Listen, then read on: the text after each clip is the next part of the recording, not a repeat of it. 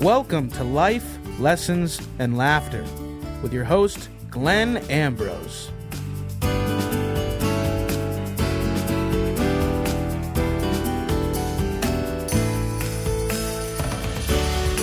Hey everybody, welcome to the show. So today we are talking about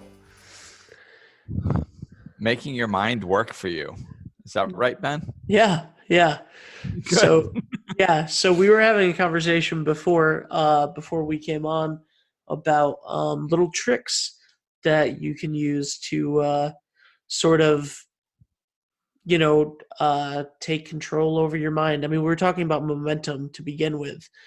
And I was talking about how I personally think that it's easier to do stuff right the next day if you start with I think that my nighttime routine is more important than my morning routine because it leads into it, Right. And you were like, well, but when you start, it's just now. So then we talked about this. Yeah. So there's one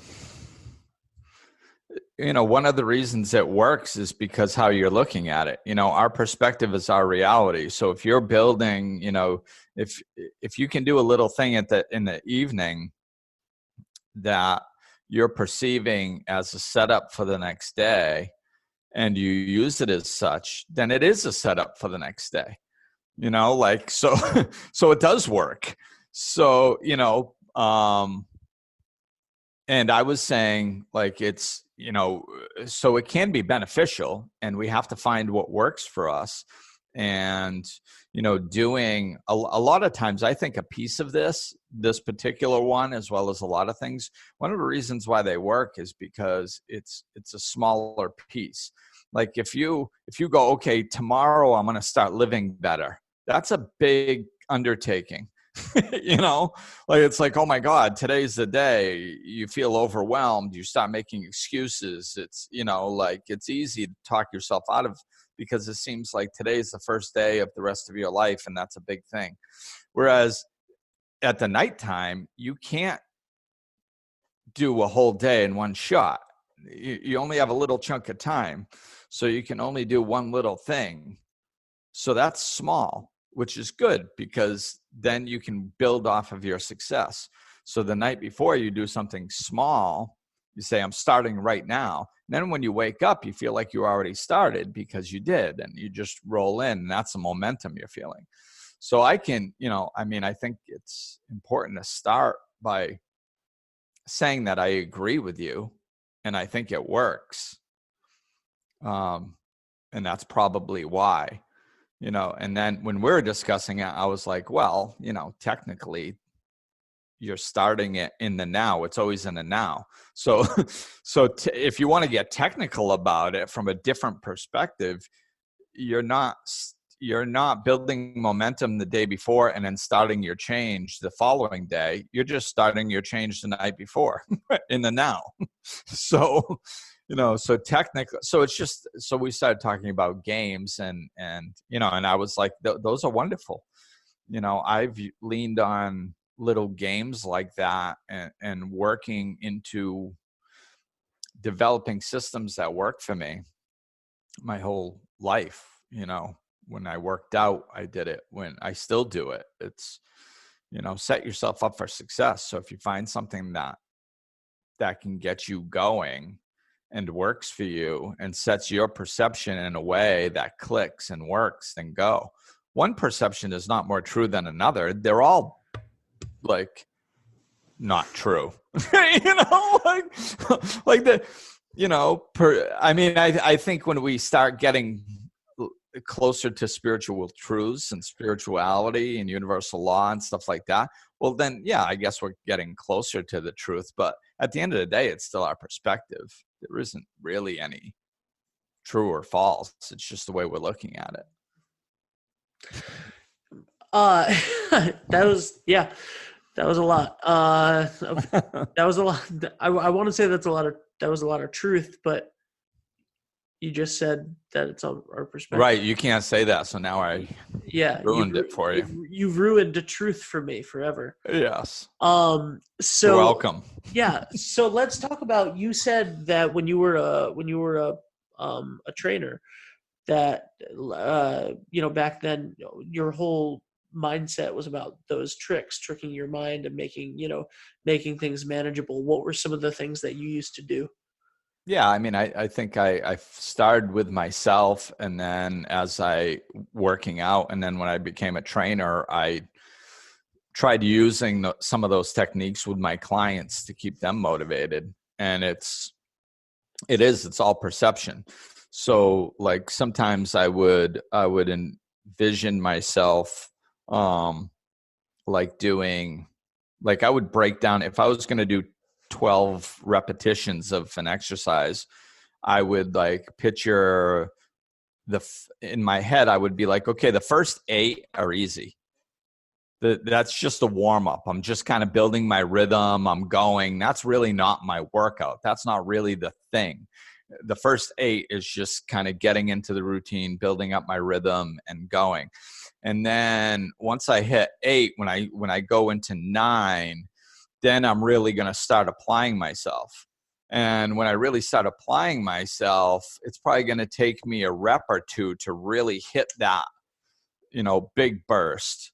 So 9 and 10 is me really pushing towards the peak.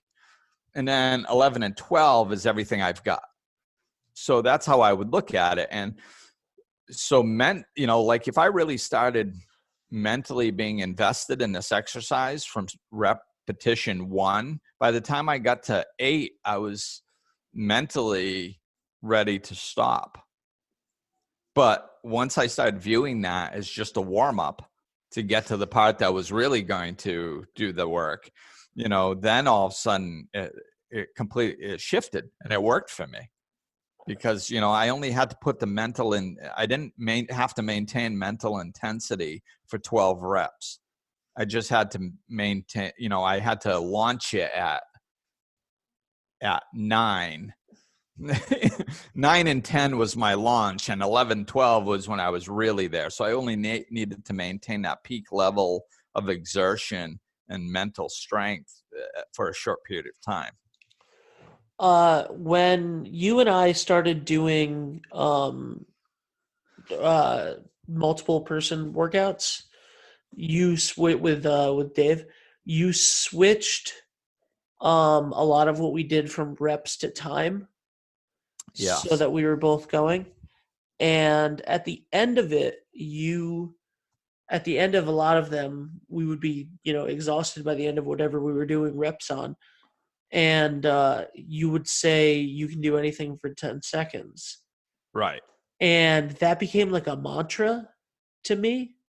So I remember I actually did this earlier this week with Jay, my trainer now. He was doing something, he had me doing something that was really difficult. And I just always near the end, and I didn't even know, this was not timed. I had no idea how much longer I had left, but just as a mantra, I'm like, you can do anything for 10 seconds, like it deliberately slow. And while you're doing whatever it is that's hard, and if I don't finish in the time frame that I do that, I reset it and say it again. Say it again, right? Yeah, and that's exactly a good example of what I used to bring into with my clients. Because I mean, if you're paying attention, that this isn't easy, and if you've worked out yourself, you should know that this isn't easy. It's like you have to push yourself, and to do it all the time, every day, consistently, over and over. Like you need to come up with mind tricks, another one of course we're talking about working out, and that's where a lot of this was founded. But I mean, you can use these in any area of your life. It's just, you have to be a little creative, but you can find ways to get them into your life. And I think this is a good example. Like when I worked out, I was always trying to push myself harder. So when I when I was and I worked out hard, and I knew I worked out hard because I was working out harder than everybody else around me. So, but I realized that I needed to take it to, or I wanted to take it to another level. And I couldn't compare myself to anybody else because I was already working harder than them. So I was like, okay, I need to get into my head imaginary and find a way to do this. So I was like, okay, there's somebody out there that's around my age, that's around my ability, and they really, really, really, really want this. And there's multiple people out there that are like that. And let's say there's 100 of them out there doing the same thing I am right now, same capabilities, and they want it really bad. Is there a few of them that are pushing themselves harder than me? There's bound to be. There's bound to be somebody that found another gear. I want that. I was like, they're not better than me. There's no reason that I can't do what they're doing. And, that's what I did. And I think that that's one that I use in life quite a bit. It's like writing this book. It's, if I have to do something new that I haven't done before, I look at it and I go, well, is somebody else doing this? Has somebody else done this? Okay, I'm going to write a book. I haven't written a book before. So are there other people who haven't written books before that are writing their first book? Yeah, of course there are. Like everybody was a first-time author at one point. Literally every book that was written has an author that at one point was a first-time author. So, I'm like, okay, well, then they did it. They had fears. They were worried about inadequacies. They were worried about how this was going to come together. They couldn't envision the final product exactly as it is. And, they're going through the same mental constructs that I have that would possibly hold me back. But yet they didn't let it hold them back. And they did it anyway. So if they can do it, then I can do it. Right. If there's somebody out there feeling the same way I am, but they're doing it anyway, then I should be able to feel that way and do it anyway. There's also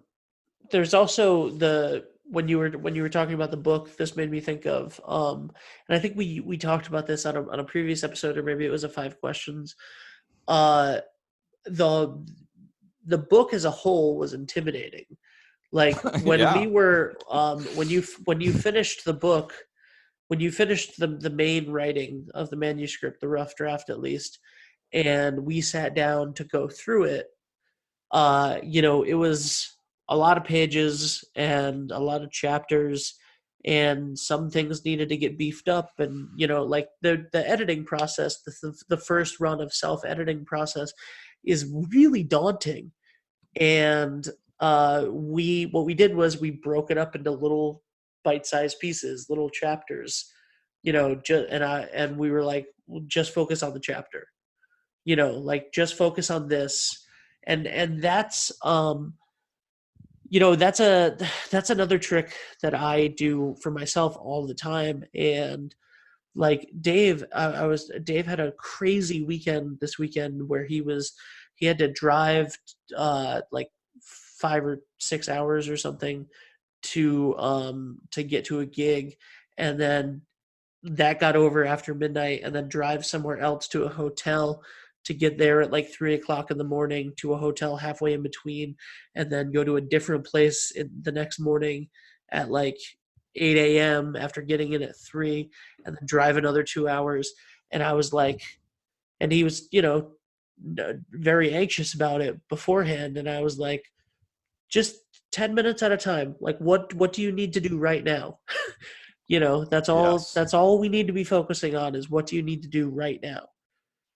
Absolutely. Because when you look at things as a whole, and we talked about this with the Overwhelm podcast that you just did. Right. Like, if you don't find these little mental tricks that work for you, whatever works for you, things can be really overwhelming.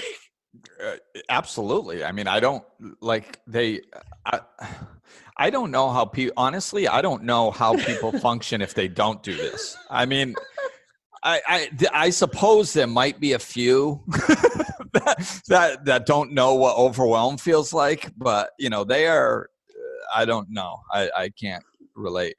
But yeah, I mean, everything is like this. I mean, you have to, and it's, there's different tricks at different times. Like, I mean, a lot of times it is taking a big project and chopping it into a smaller piece and just do what you're capable of right then. Like this last month with the book and putting together crowdfunding and working with a charity and all this stuff that goes in and all the different aspects, I haven't been able to really focus as much as I normally do. Usually I'll pick something, maybe even break it up into pieces, focus on that, and then just get that done. I haven't been able to. It's been like a whirlwind lately. So like at the, it'll be 7:00 at night and I'll be like, okay, like what did I get done? And it was like, I don't know, a bunch of stuff. Because a call came in from the charity. I took that. They needed this. I sent that over. They sent me this. I looked it over. Yes, good. Shot over to the, to the editing. What's going on with the editing of the book? Shoot that over to the publisher. How about the cover? Go over. And I mean, and I could go on because there's multiple things, not only with the things that I mentioned, but other things that are going on.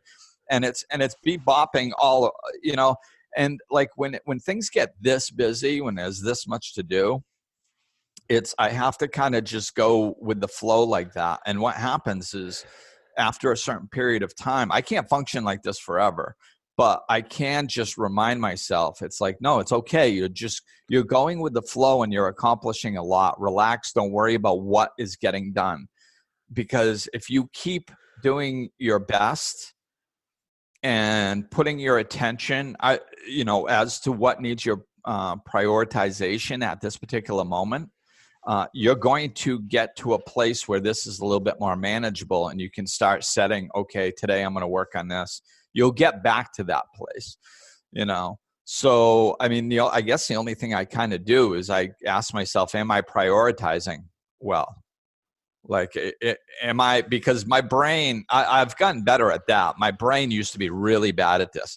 I would only do what really captured my interest, like what I like to do. Like I could play around with an idea for the cover of the book forever. Like I could do that for 6 months and then stick my head up and people go like, have you done anything? I'm like, what? So, I mean, I have to, so I just kind of double check myself and go, are you getting sucked into something because it's like a playful game for you that doesn't really need this much attention, or are you prioritizing well? And as long as I'm prioritizing and I'm hopping from what needs to be done to what needs to be done, I just lean back and don't judge myself. And just go, I don't even look closely at what I finished. It's just like, it's going to be like this for a while, Glenn. Just keep moving, and just take the pressure off. And you're doing good. You're prioritizing well. So lean back and enjoy the ride. Yeah. I agree completely. There's something that you just spoke about, which I wanted to clarify from earlier, was you talked about setting the priorities and making sure that whatever it is, you're doing your best, and that is fine. And I mean, you've talked about doing your best and the fact that your best looks different on different days a lot. When you were talking earlier about somebody, if there's something I want to do, somebody else out there has done it. And I feel like people might feel like they're putting too much pressure on themselves to be, to be something that they're not because somebody else did it. Like, and I think you said there's somebody out there who's my height and my ability that's right. doing this a little bit better than me. or not even you. I'm sorry, you did not say a little bit better than me. You said who found an extra gear Right. that I want to get to, right? Right. So I just want to clarify that you were not, you specifically were not talking about somebody better than me, or like, like you're going to Right. have limitations. It's just about trying to get yourself to where you want to be. Right. And I think that's a really good point, because it's and the way you were describing it, like, a lot of times we say semantics, and I learned this many years ago because I was doing it, and somebody called me out on it, and it's like, oh, the words we choose. Oh, I chose the wrong word. And I was really good at leaning on that and going, yeah, I know what I meant. I just chose the wrong word. And somebody was like, no, you didn't. You said exactly what you meant to say. And I was like, yeah, whatever. And then after I went home, I thought about it, and I was like, and I really got honest with myself, and I was like, wow, they're right. And this is a good example of that. The words that I chose to describe that, I wasn't consciously trying to pick a specific word, but the words that came out never said that there was somebody better than me, and that is an important piece. It's a general idea that I'm using to motivate myself. It's not a specific thing. It's real. We can derive a lot of a sense of comfort from being part of. Usually we're busy comparing our insides to everybody else's outsides. We're like, I'm overwhelmed. I don't know how to do this. I'm scared. I'm not sure if I'm capable. And then we look at somebody who's already done it, and we go, see, they were able to do it. Like it was easy for them. Like they didn't feel the exact same way you felt. Like, no, they did. Nobody does something for the first time and they're like, oh, I am so phenomenal at this. This is just wonderful. And if they are like that, they're BSing themselves, because you can't know that you're going to be good at something before you even ever do it. Yeah, they might be faking it until they make it, but deep down there's some fear, So, I mean, that's the type of stuff that I try to relate to. I don't, like, is somebody I'm sure there are better writers out there than I am, technically. I'm not trying to be a wonderful writer. I'm trying to convey information that's coming through me. That's to help people. That's what I'm trying to do. I don't think you have to be the best technical writer to do that. And besides, that's what they make editors for. So, but what I look at to work through the fear is what my fears are. Am I good enough? Can I do this? Is this too big? That type of stuff. Everybody feels that way when they're about to do something that they haven't done. So, has somebody been in my shoes feeling the way that I'm feeling and they did it anyway? Yes. Okay. Then, there's nothing special about them. There's nothing unique about somebody who did something. They just decided to do it anyway. That's all. They just pushed through even when it was uncomfortable. That's not like a characteristic. Like God didn't make 14 people that push through even when things are hard, and the other 8 billion of us suck ass. That's not like that's not how it was made. So that's all that it is. That's what I use. I'm like, okay, somebody felt the way I did, and they pushed through, even though they felt the way that I did. Well, if somebody else can do it, so can I, and so I think it's like deriving courage and support from the people who went before me. I think that's great. That's a great description of that. Thank you. I just wanted to clarify. I thought it was an important point. So why, like we've talked about why it's important to come up with these ways to make your mind work for you. I mean, I know that we've said tricks a couple times, and that leads me into my next point, which is, what do you do when you're tricking yourself? Like the feeling of like, you know what I mean? Like, yeah, when you're like, oh, forget that. I'm like, I know what I'm doing. I'm not going to fall for this, like when depression and anxiety and self-doubt kicks in and you're like, none of this is true. Yeah. Well, what I usually do is I look at the opposite. Like, yeah, we can look at it like we're tricking ourselves. We can look at it like, oh, this isn't 100% true. I'm just saying this to trick myself into doing something.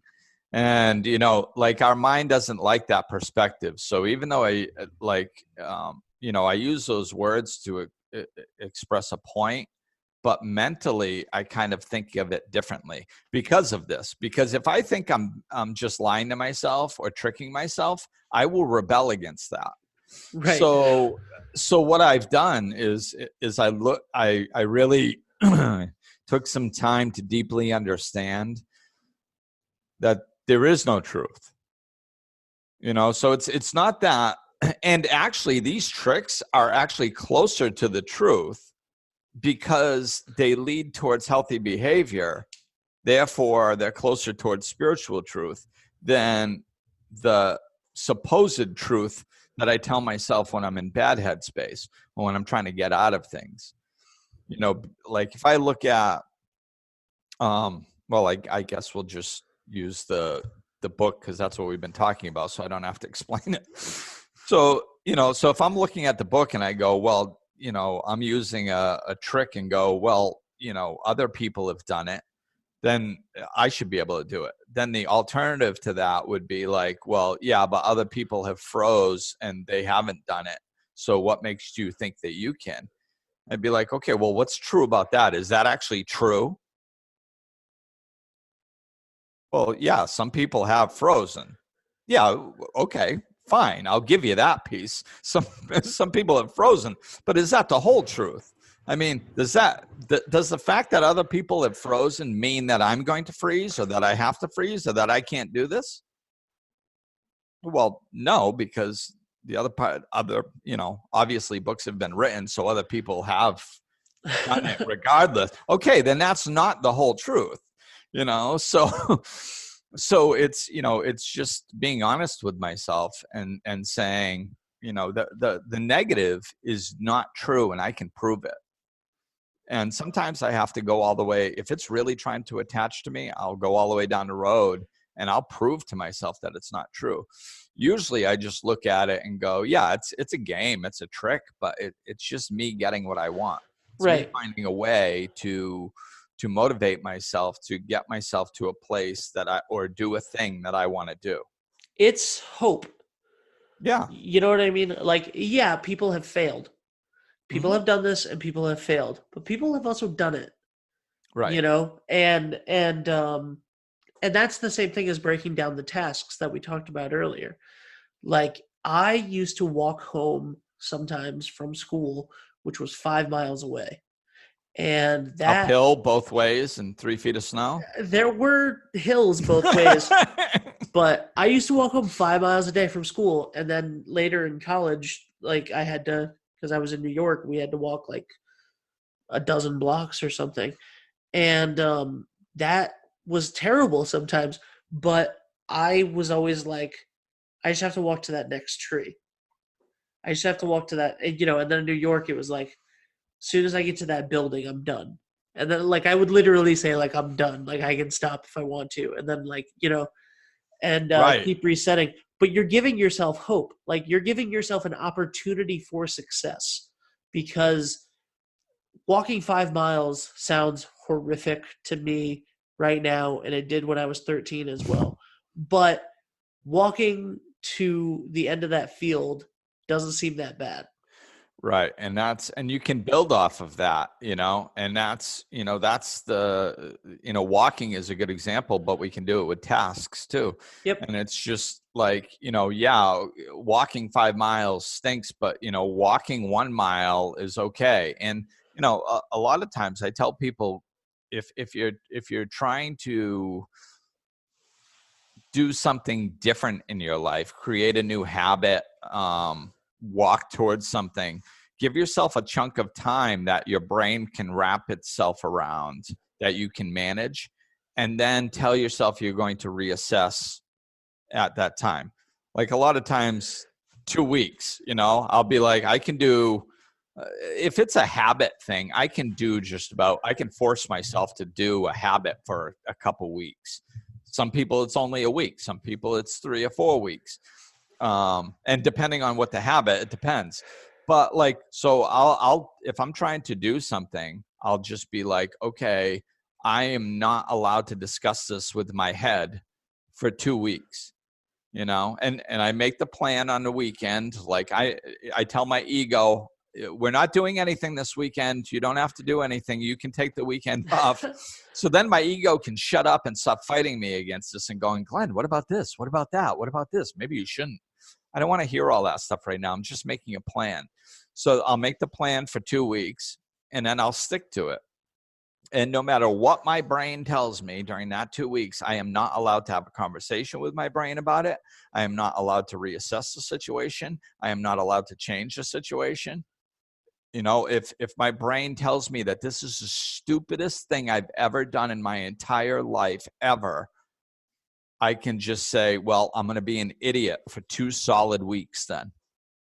And part of me doesn't really believe that because I was a dysfunctional mess for 20 years. I've done so many stupid things that there's no way anything that I'm doing now is the stupidest thing that I've done. But my brain will actually try to be like, yeah, Glenn, this is even more stupid than back then. So I'll just be like, okay, well then I'm going to be the biggest idiot on the planet for 2 solid weeks then. So be it, because I am not allowed to get into a conversation about this. And I will reassess at the end of 2 weeks. And then I just do it no matter what. Don't discuss it. It's not up for debate. I just do it. And then at the end of the 2 weeks, I sit back, and I have yet to have done that after 2 weeks and have been like, that was so stupid. I've never come to that conclusion ever. Now, I've come to the conclusion that I need to tweak things and make a couple adjustments here and there.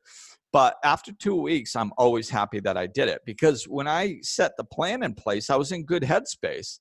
I was trying to improve myself. I was trying to do something that I liked or wanted to do.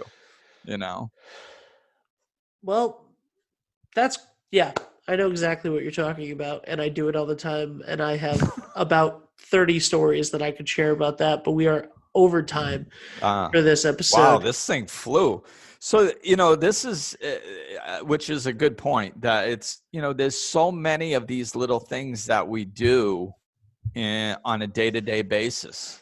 It's, that's why it's not, are they little tricks? Yeah, the little tricks. But this is how we live, by little tricks, just finding perspectives that work for us and doing them, and that's all you need to do. That's the difference between finding a way to get yourself motivated to get to a point where you experience a little bit of success, then you build off that, then you experience a little bit of success, then you build off that, and then next thing you know, you see the light at the end of the tunnel, and then you use that as your motivator to finish up what you were doing. All these little games that we can do is just breaking it up into smaller pieces, and the people who do it accomplish things, and the people who don't. So be one of the ones that does. Play the game. This life is a game. Just play around, have some fun with it. All right. So obviously everything you guys know where you can find Glenn, glennambrose.com. Sign up for the mailing list. Get the new show, 5 Questions with Glenn, every other Sunday. It's a companion piece to Life Lessons and Laughter.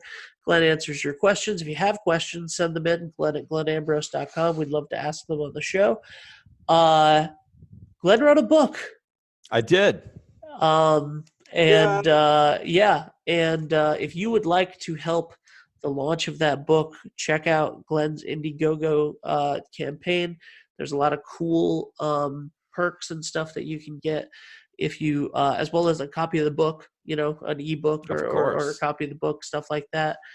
You want to be a guest on the show, you can maybe you can do that. Like there's a lot of you're a company that wants to book Glenn to come do a thing. There are so many cool options for things that you can do on this Indiegogo thing. There's a lot of great stuff, but the main thing is you're going to help get this book out. And that's what I'm excited about. Yeah. Yeah, that's it. Be a part of this and a part of the process. It's so we broke this down into smaller pieces. The book's written. It takes some stuff to get it published. So I'm reaching out to you guys to be part of that publishing process and really help this book to be birthed into this world. So, be a part of it. And we're spending a lot of time on the neat perks that are offered. So you get something for your support. So check it out. And, there's going to be information everywhere I am about this. It'll probably be around 45 days long. So keep your eyes open, check my website, and, it should be October, November 2019. That's the time frame we're looking at. And also check out, part of the proceeds for the book go to a fantastic organization called Outreach International. So there's all of that info in the description of this episode. That's it. Yeah. So thanks for listening, everybody. Check it out, and we'll talk at you soon. Glenn is available for life coaching sessions. To book an appointment or for more information, go to glennambrose.com, follow him on Facebook and Twitter, or click the link in the description of this episode.